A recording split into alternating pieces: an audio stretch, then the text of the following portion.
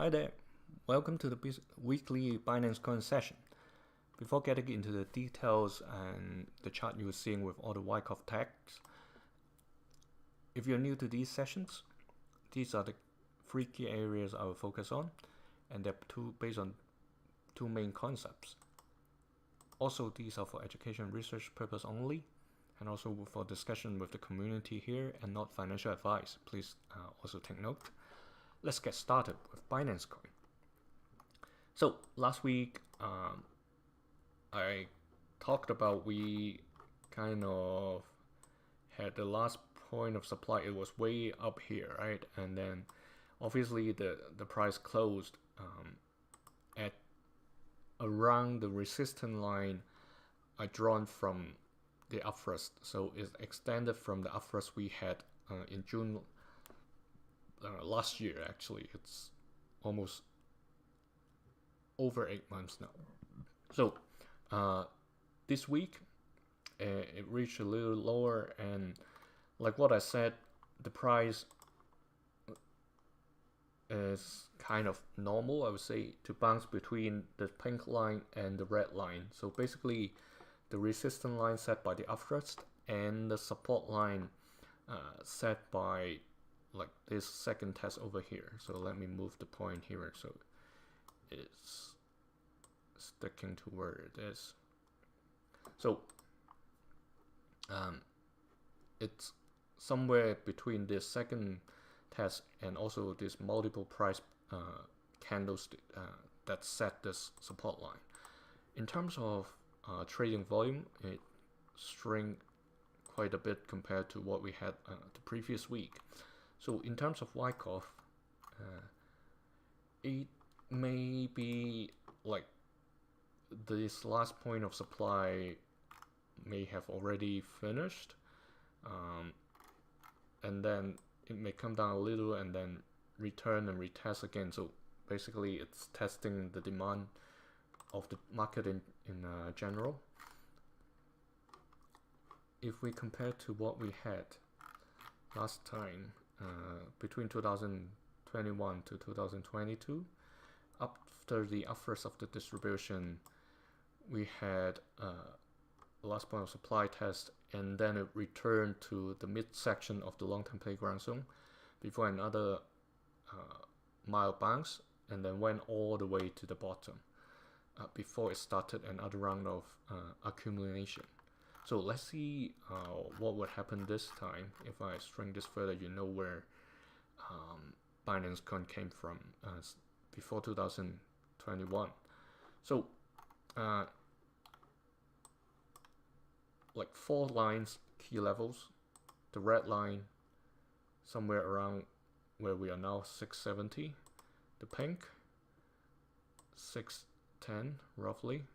Let me extend these so in the coming weeks we can still take reference. And then the purple line set by the automatic reaction, it's around 565. I don't think it will hit the yellow line so soon unless there are particular bad news. And let's take a look at the micro level for the daily chart. Daily still within the upper half of the short-term playground zone. If we look at the candlesticks, let's take a look.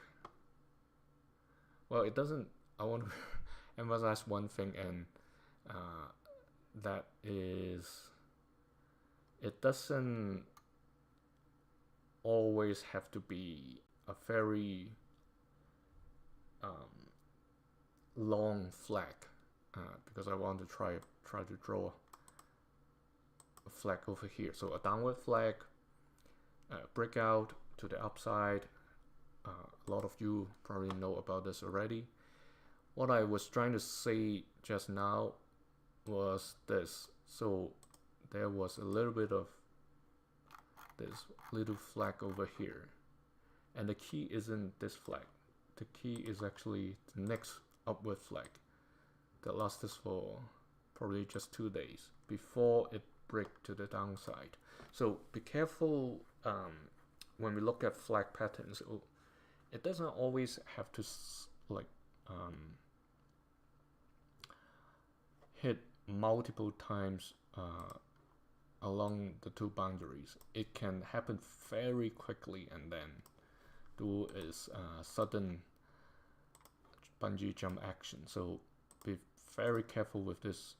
So like obviously you can go further micro to like hours, 3 hours, 4 hours chart or 12 hours chart, and you see something different, right? So actually this is maybe a good example as well, that a shorter time frame candlestick would not be as reliable as the longer term. It all depends on the signals you're monitoring. If you try to draw a flag over here, it's not going upward, right? It goes all the way down. So just want to elaborate on this to make sure that don't fall into the traps of just reading the patterns, especially if you are trading like very short time frame. You have to use other signals to help you. So let's go back to the daily. So what's going to happen next, right? If we really have a downward flag pattern over here. So essentially it may come and test the pink line around 612 and then go back up and test the upper boundary of the pink box, similar to what happened over here, right? The V-shaped bounce.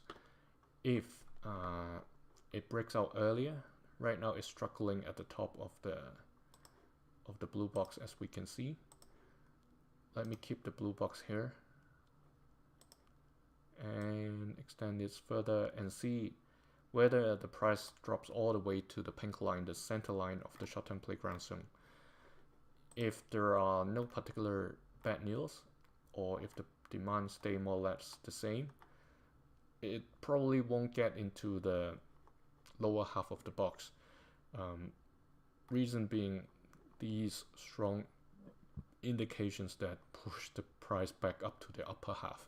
So I don't think their sentiments would change that much unless there are some breaking news coming out. So it would probably be bouncing somewhere around here, what we have seen between like November to December last year. So let's see what happens. Thanks for joining. We'll move